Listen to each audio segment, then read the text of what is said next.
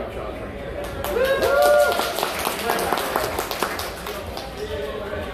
So, how's it been? Great. Yeah. First in Philly, so. Same, I think. Yeah. It's an interesting town. We go straight from the airport, kind of, so. Yeah, the hotel seems pretty solid, though. Great job, Philly. So, straight into Power Rangers stuff, obviously. Since Campbell is here in the way, Sure. first, Brennan, for you. I talked to Claire about her. What was your audition process? Probably similar. Yes, I told him this exclusively about Yeah. Hi, guys. Yeah, so audition process was like a normal audition at first, like here's the sides, the lines you have to read. We didn't read for specific colors, it was just like, these are the guy rangers, the girl rangers. And then a callback, so like, we want to see physical skills. So I did like handstands and then my auditions. And that. I didn't. No, she did later. She did the training. Yes. So the first time I looked on YouTube, martial arts, and just throws up maybe a physical routine, and I said, any old kicks? And they said, yes. Yeah, so it worked though. And then we also had to run heroically in the parking lot. True story, because our producers really wanted us, like, so there's a lot of running in Power Rangers. So you run and you stop and you forth. And I guess from previous shows, they saw people not run heroically. Subjective, I guess. But we apparently ran heroically, so go team. So, now, what I'm about to say may be pretty controversial, but Megaforce for you is somewhat of a divisive season amongst them. It's very much what, like, we didn't even call Marmite or Adventure Party for a lot of people. You either love it or you hate it. Sure. Did you feel any pressure following that season?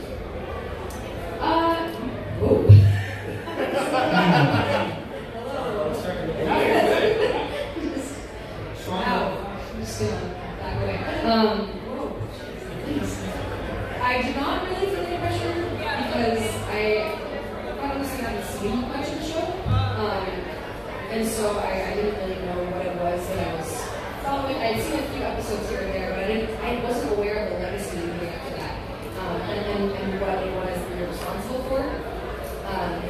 And what our executive producer, Kendall, did a great job of was making it very, very clear to us that this was our story. We're going through it and we're going to this.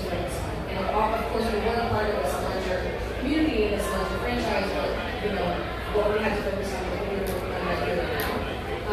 So we really did take the pressure off, and just it made a lot of fun. He really loved to team build. That's what he's really good at. So yeah, I mean, I didn't feel a lot of pressure outside of just the personal stuff. For me, There it is. Campbell Cooley! Hey! T-Rex Charger, engage! Whatever so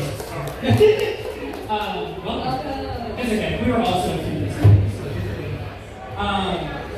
Yeah, so for me, it wasn't that I felt pressure specifically coming off of Megaforce, but I was a fan of the show growing up, so it was a pressure of just stepping into Power Rangers itself and not wanting to mess up.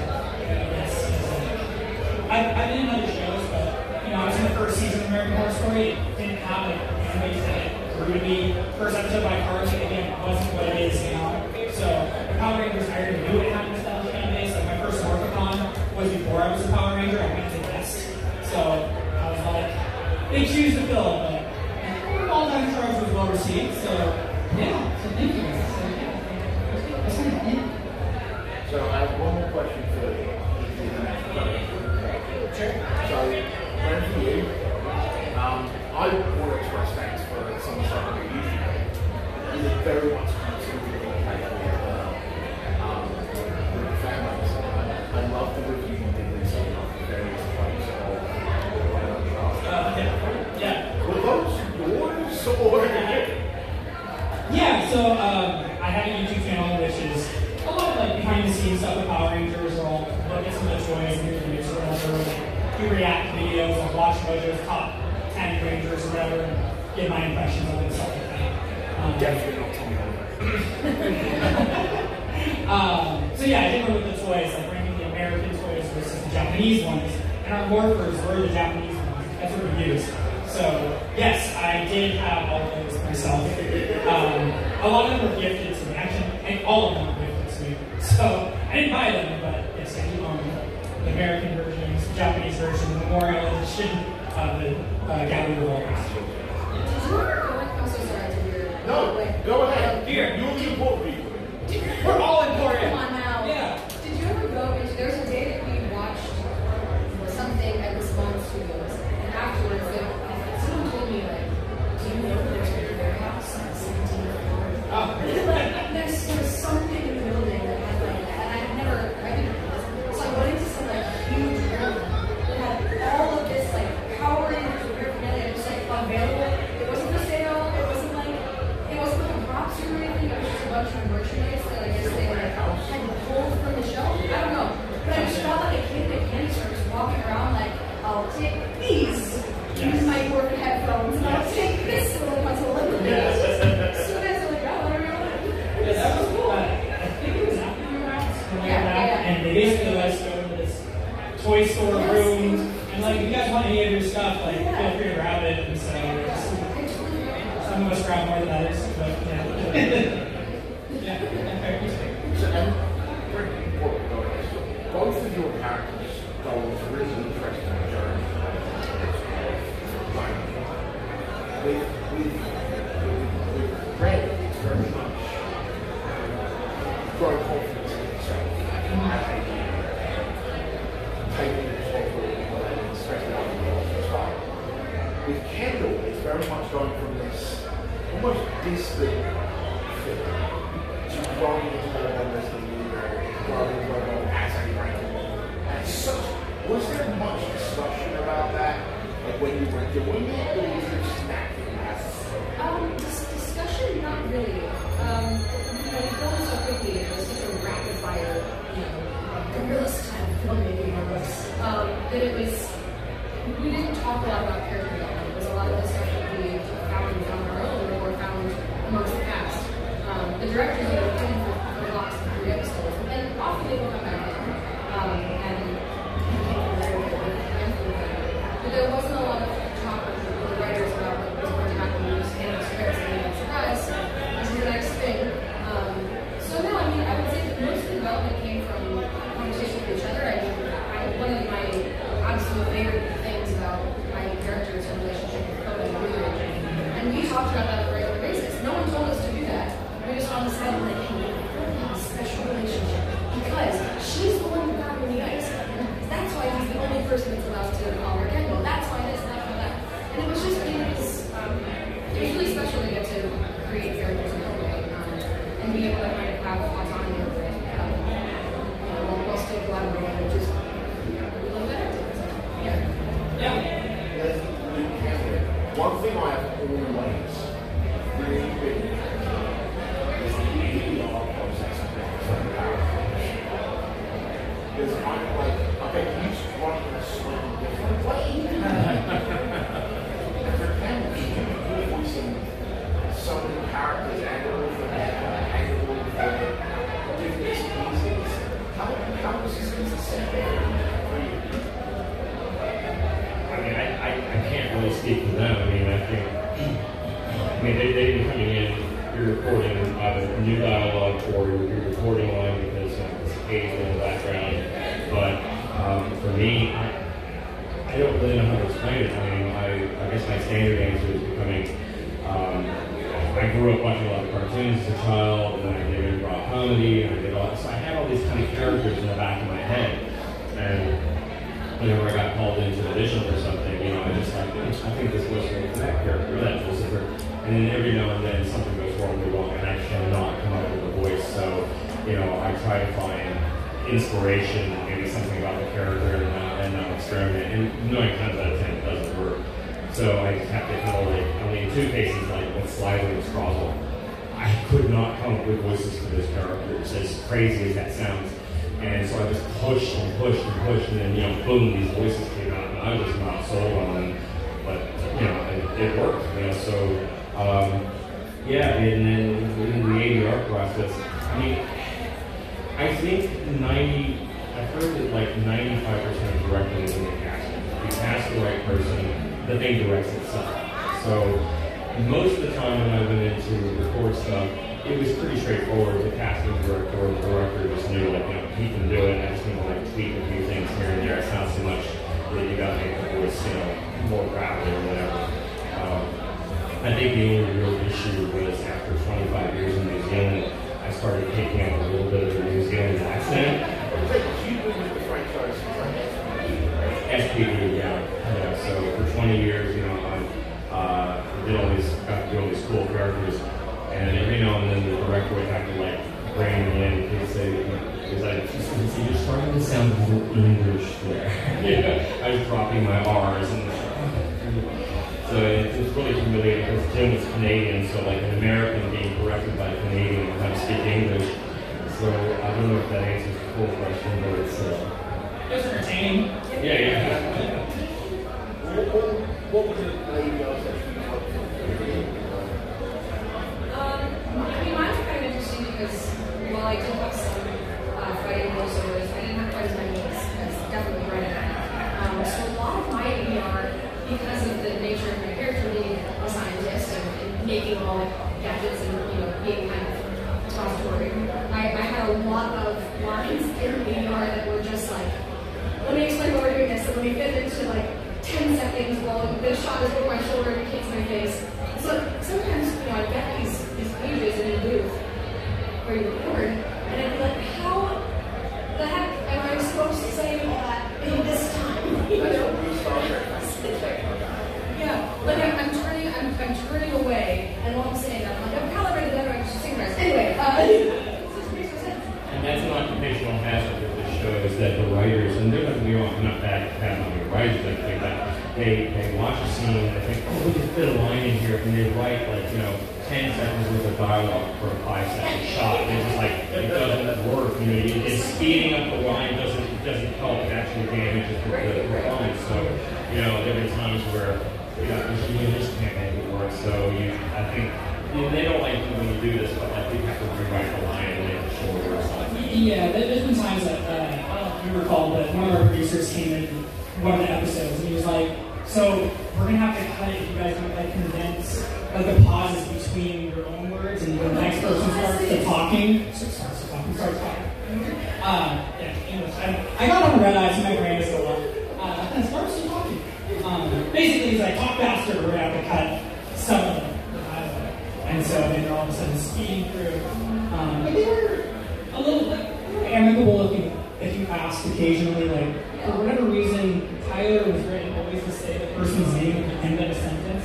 Yes. So I'd be like, hey, how's it going, Miss Morgan? Instead of like, Miss Morgan, how's it going? And but sometimes it didn't flow right. So I always was like, can I say your name first or last? Because it was always written in a way that it felt awkward to say. So I'm just trying to keep the same thing alive with it. But in regards to ADR, going back on the track, the thing that was interesting, I guess, is when we did an attack where all the rangers are flying, oh blast, and we're all saying it together. Whoever had ADR first that day was the one we had to match. So, depending on who went in first, their energy was not necessarily what I thought it would have been, and so I had to scale back. And then if it was Claire or Yoshi or me, then we knew we were okay. So it depended on who's doing it. Because then it's final blast, and so we match it, why? So if there's some episodes where it dips, don't blame. I feel like my class is questions for everyone. Do you guys have questions? Comments, concerns? Matt's in the background. Stand up, sir, be heard. How you doing? Everyone's on Dante from here in Philly. First off, oh my gosh, you all are simply amazing. I do want to ask, what was it like to be a part of the show that had, if I'm correct, and correct me if I'm wrong, the biggest Ranger team to work for? What was that like? You were correct. Not the biggest Sentai, but the biggest Rangers. Yeah. Super cool. So there was a moment where we went to our producer and we're like, are we going to have crossovers with other teams? And he said no, because there's already 10 to do.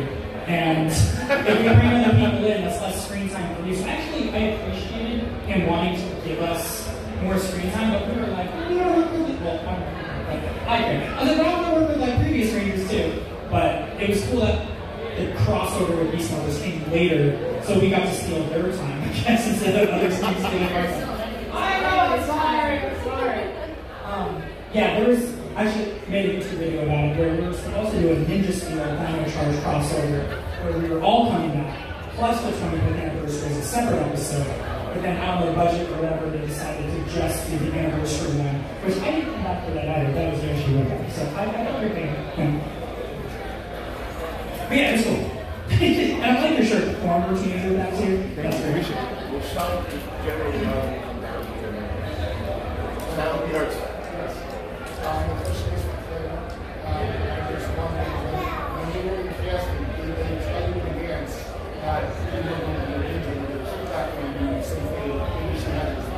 Yeah, so I knew the whole time from the audition process through when it actually happened. So I just had this humongous secret to keep the entire time. It was really difficult. We were actually having to fight them on it a little bit in terms of not telling people that I was Rangers, just telling people that I was on the show at all.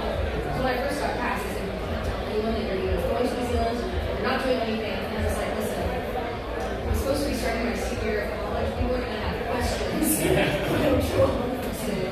Please let me tell at least like my friends where I'm going at the very least. So they did concede that I could say things to be a past member of the show. But then after that, I mean, for a year plus, I had to come down anyway. I was my parents knew, my sisters knew, a couple of my best friends knew, the cast knew, but we all got media training and said, like, don't tell anyone. And there was this actually crazy thing one time. So I've been friended by this Scott boy at Pentatonics, and he had this big, he was in Blackwelder in college, and he had this concert, and I guess there was a guy who was very comics and also playing Power Rangers. So he brought a Power Rangers version of Scott to the show in the Snide. And Scott, not knowing that no one was supposed to know, because it was before I was announced, is caught on camera by his fans signing his bell, going, oh, my best friend's a little Power Ranger. And I had to call him and like, Scott, nobody's supposed to know this. I'm so sorry. So that was the biggest slip up that I had, but I wasn't supposed to tell anyone.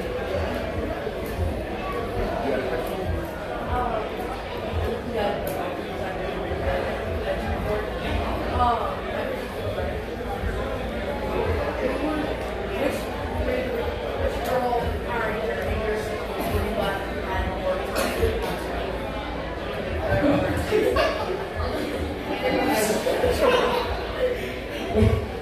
That's a wrong question. I mean, so you already know.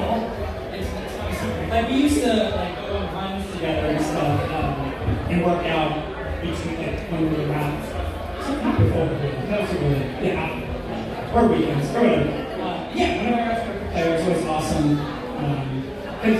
So in Rangers, we obviously had different amounts of time on set, and so especially before she was a Ranger, she was at home more often while we were on set. And it's one of those things like when we first got there, we all wanted to be on set as much as possible because it's new and exciting. Even when we were wrapped, we wanted to stay around and watch. And then by like the second month, we're like, I'm so tired. Can I go home? Like I don't want to, because they wouldn't even drive you home when you wrapped sometimes because we lived together for a portion of the show. And if we were on vacation an hour away, they didn't want to spend multiple days to drive back. And you had to sit and wait. But whenever I was there, it was always amazing because again, like her abilities beyond just acting, like singing and piano playing and athletics. And I know you were like, where's your carpet? Do you like any other things? And yes, it was Angie carpet! Yay! Carpet! Yeah, so always great to come. It's so nice to see you all. You as well. I just want to say that Dino Charge has one of the best things. I'm not sure who's the singer, but it is. I'm probably Well, do you remember the story? Yeah, so tell it. When we first heard our theme song, Chip brought us all into his office. Our producer. Yes, sorry, our producer. He brought us into his office and he said, guys, I have a great surprise for you. You're going to hear the theme song today. plays a song, and we're kind of like, okay, yeah, this is yeah, it's good. Yeah, no, we're so excited. I'm really smiling and, you know, trying to display that we were looking forward to it. He like kind of lost it for maybe like 20 seconds. He was like, yeah, just kidding, that's not your thing. So, and he got the fake, or not fake version, but he made An original. yeah. Like, I guess whoever came out making the song laid out the thing first, and he was like, this is boring. We need more giant stories, more Jurassic, yeah. He's like, make it better, come on. And so they came back to the second version, and he's like, that's our new song. So you played us the first version, and you're like, thanks. And then he played the second one, it was just crying. Literally was crying. This song is better than me. I didn't like the first one. I hate you, but I love you. Kim always liked to play trick songs like that. Yeah. So they've got a lot of stories about being upset. How much of what they were doing did you see when you were doing your music? Absolutely nothing. Oh my God. So, okay, I'm so glad you asked that question because it's a perfect segue into a story I want to tell. So, I did not know any of these people when we were filming Dino because I was always in the booth. I was either recording Snide or I was recording the Dino Charger, and that's it. So, but in my mind, because I was working so closely with the show, I felt like I knew everybody. So fast forward 10 years later, I start running into some of these people at conventions, and in my mind, like I already know them, and they have no idea who I am. And not quite 2 years ago, when I flew back to New Zealand to do the Cosmic Fury film, Cosmic Fury, I never met Ryan. I never met Campbell. But in my mind, I felt like I knew him. So I was walking across this, where they filmed everything, and he came out of the sound studio, and he was dressed in a full Campbell garb. And I was like, Ryan, it's great to see you, man. He looked at me like, who are you? And I was like, oh, that's right, we've never met. And I said, I'm your alter ego. And then fast forward a year later, we ended up sitting next to each other at a convention. So we're friends now. And so like, it's taken 10 years to kind of get to know the family. So Was there ever a moment when you just walked up the set and thought, something's going to play a prank today or something's going to go wrong? I mean, Michael was like, our Green Ranger was the guy that pulled pranks. So pretty much anytime he was around, I was like, he's gonna do something. Especially if he has energy that day. If he's tired, fine. But if he like is feeling good, we're in trouble. So, yeah, definitely. Yeah, my biggest prank that I did was in collaboration with Michael, I guess. Yeah, it was a Halloween episode. Was that where we were all ghosts? Yeah. So when we were all ghosts in the Dynamite Cafe, Michael thought it'd be funny if we swapped like each other's roles in the ghost costume. So in that scene, he's playing me and I'm playing him. So in ADR, I had an ADR him, he had an ADR me, because we were each other. And you can tell that and we told the director after, he's like, oh, it's quite funny actually. You have any other questions? Let's start with Kendall. Okay, first off, Brennan and Campbell, I'm subscribed to your YouTube channel. Thank you. And my question is Leo, if you could team up with any Ranger that isn't in your season, what would it be?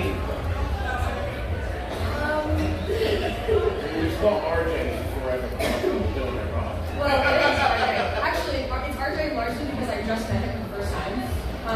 Oh my god, yeah, at WolfCon, just last month, I sat down at this table for the 6th Ranger panel, and this guy sits down next to me, and I'm like, hi, guys, it's nice to meet you. And he puts his helmet down, and I go, no way! And he was like, what? And I go, are you the Purple Ranger? And he was like, yes. And I go, me too!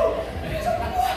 And we had this big hug, and the whole body was like, what just happened? And he takes the hand, and he's like, all right, we just making the best time. That's freaking out. It was great, yeah. So that's awesome. It's good answer. What other Ranger do I want to team up with? That you haven't already. That I haven't already. Time Force. Yeah. That's like the go-to answer. I actually legit like Time Force. I watched it while we were in New Zealand. Yeah. But it's really good. What? It's really good.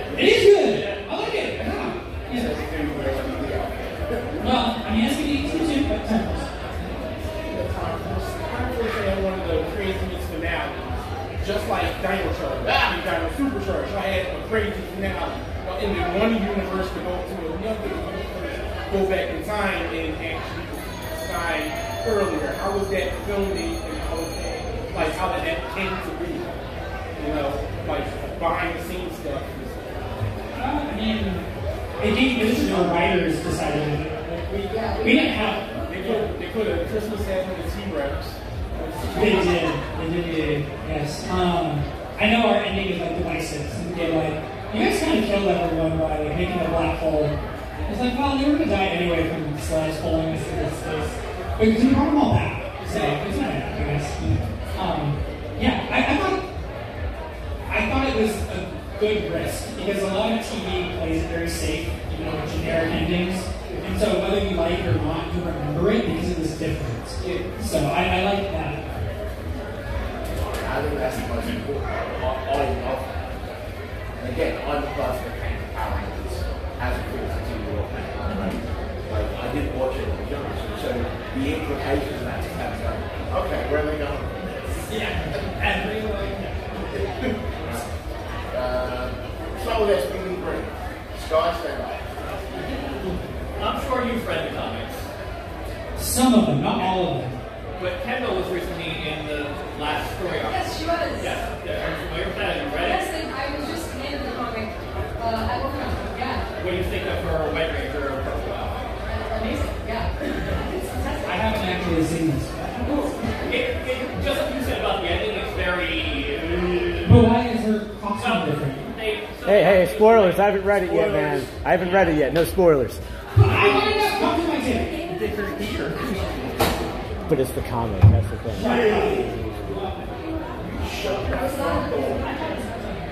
Everyone was asking when we were filming, like, what happens to her after the show ends when she gets her PhD? Apparently Apparently I'm not allowed to She talks like she has a PhD. I mean, if Tommy got it, he said like 3 years. This is true. Fast track. Alright, well, you had a question. This might be a question for last. So I was going to ask, are you all open to doing the morph? Campbell, lead us in the morph. Yeah, there's some more. We'll let you do the more, right? Yeah, that way I'm gonna. I mean, I'll do the voice when you do the more. I can't do the rest. What was your question? In the show, Tyler and Shelby were love interests. What? So, I didn't. Thanks for telling me. I was playing it totally different. I obviously, didn't see you're in a that. relationship outside of it. I am. I'm curious for you guys, was there anyone in the cast you wish you would have gotten with? That I would have gotten with? No, but like anyone on the cast would have gotten with. I mean, we're supposed to like either we were just like a bunch of like a big old family. Yeah. It's not that really like it was actually kind of nice to have that sort of Yeah. I mean, because like our Blue Ranger Yoshi was engaged when we started filming. I was already engaged when we started filming. Our Black Ranger was in a relationship at the time. Yeah, I mean, just none of us dated each other. yeah, I think that kind of thing too. Like, you know, a few of us were single, but So you like your characters? Oh, our characters did. characters. Oh, that makes That makes more sense. We were totally disagreeing this question. I was like, none of us dated. Did Miss Morgan like something? I've seen them stepping up Miss Morgan and having mentioned, but Oh Lord, no. I don't know about that. Yeah, I don't know. I mean, I don't see it, right? Yeah. Coda and a cheeseburger. yeah, I'm not sure. Now that is good. I mean, like, Tyler and Shelby. Fun story, my wife, then fiance, played an extra in multiple episodes, and she played Chase's girlfriend in a push-up contest that he loses. That's my wife. Yeah. Romance is a really interesting thing. Once you go halfway through like 3 months, it was like almost verboten for people to like talk for this, and then it of like jumping, and then every season sits like until like you're like it's just really weird. There's just like bonds when you fight rubber monsters together and someone's bound to fall in love. I don't know. How to make the rules? So it's a really different production time. Yeah. It's very Yeah, I think it's just like a film industry thing. Like, everyone knows that like romance is what people are looking for. And, you know, every good story is about our experiences, which isn't true. It's just it's Good question. When we figured it out.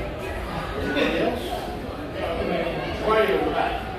So if you had a choice to see on superhero wars, or you just see a ritual in your life,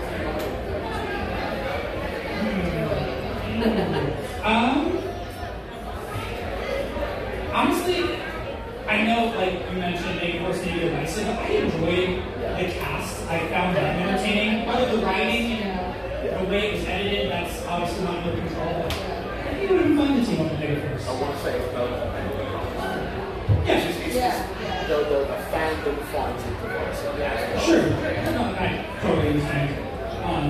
Yeah, I still feel like Mega Force has a very beautiful cast, a bunch of models. They are pretty people. They are. Yeah, but, I mean, obviously, they'd still be cool because Yoshi and Kira are actual brothers, but if you're counting the 25th anniversary and they got to keep their team up, and throw it with Mega Force, come on.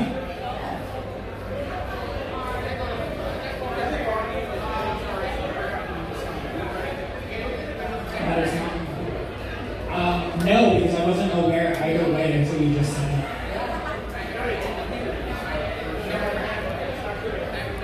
Well, it's not a good show. Now, for now. Anyone else? My question is from Campbell, and you don't have to answer as your character, but what is it like the Slaughter to come back in Dino Theory and Cosmic Theory? Oh, okay. I mean, I'm just glad that he survived and I got more work. Yeah. I mean, I was really hoping to get some backstory on him. He's been in 3 seasons and we know nothing about his character. But, you know, he's a survivor. You know, so everyone's destroyed. I'm out of here. Just to follow up something you said earlier, just regarding, you say you have to find your voice. Do they come to you and be like, hey, can we need you to say words until I get from you? Did you find the voice for me, or do they have you all the way? Yeah.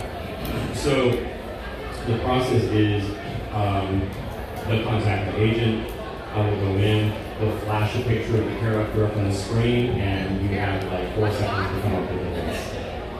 And most of the time, you know, something would come to me, and then there were other times where it just I had no idea what I was going to do.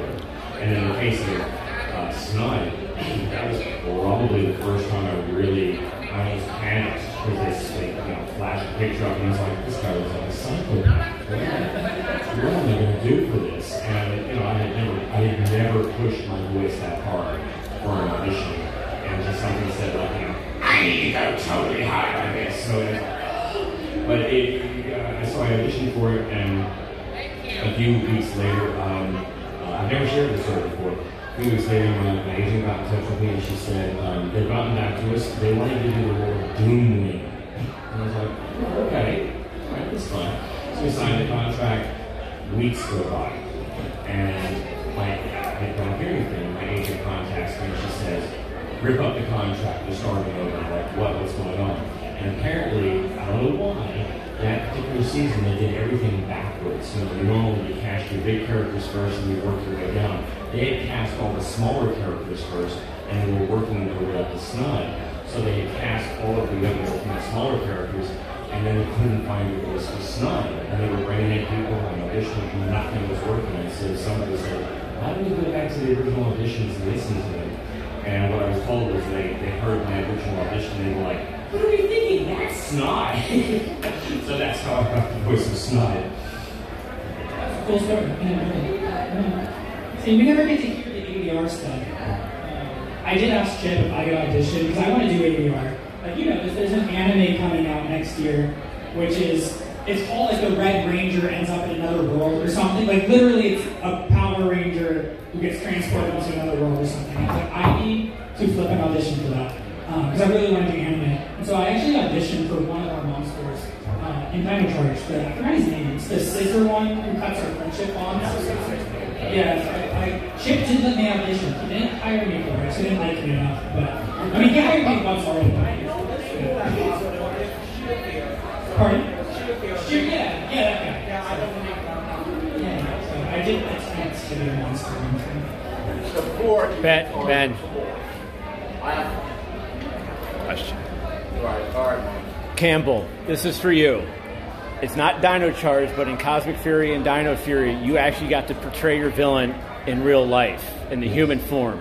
What was that like for you to be able to go from behind the microphone to being in front of the camera to portray that character? You know, it was actually a little daunting for me because, I mean, I thought it was going to be easy because my background was in film and television, so I've done film and television for years. And then, you know, I ended up I was doing more voice work, and I was getting very used to being in the booth where it's safe, and if you make a mistake, it's all right, you know, we'll just delete that and everything. And then the writers during Dino Fury got the idea, let's have him audition for like one of the forms that Slider transforms into. I wasn't automatically given the role of Mr. Wiz, I had to audition for it. And so, but I had a little bit of an edge, you know, going in, because I was already doing Slider. And I got the part, and I was thinking like, this is going to be easy. It was one of the hardest acting days of my life. It was like everything that could go wrong went wrong. And then I guess they felt like because I'd proven myself as Mr. Wiz, they would bring me back as Slider's final form. You know, which was, I think it was called Dr. Slide, but you know. It was not as easy as I thought it was going to be. It was very intimidating. The last thing I want to say before I do congratulations for being the only actor to outlast Elmer Henderson.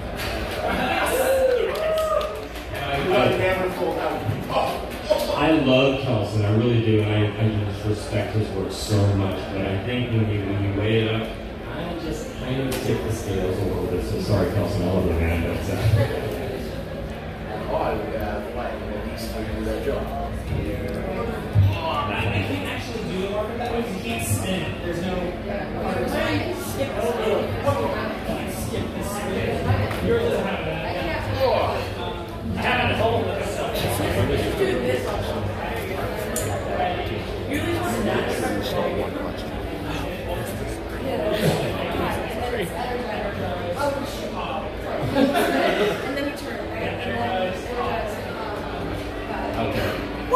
Do I do a roll at some point?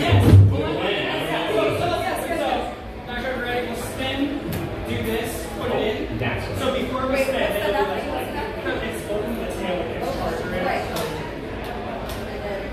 So then we'll pause there so you can get Charger. Engage. And then open it up. Energize. I'm going to take this off. If I look at you and what you're in the headlights.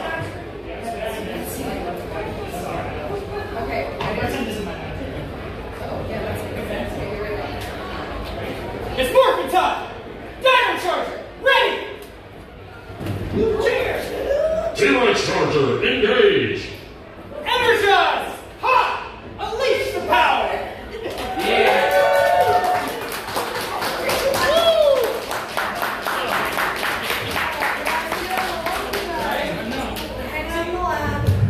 Actually, so I do a lot of conventions or Red Ranger panels or whatever, so I am always asked to do my morph. I would never have a Dino Charger person with me to do the morph. So thank you for making it all alone.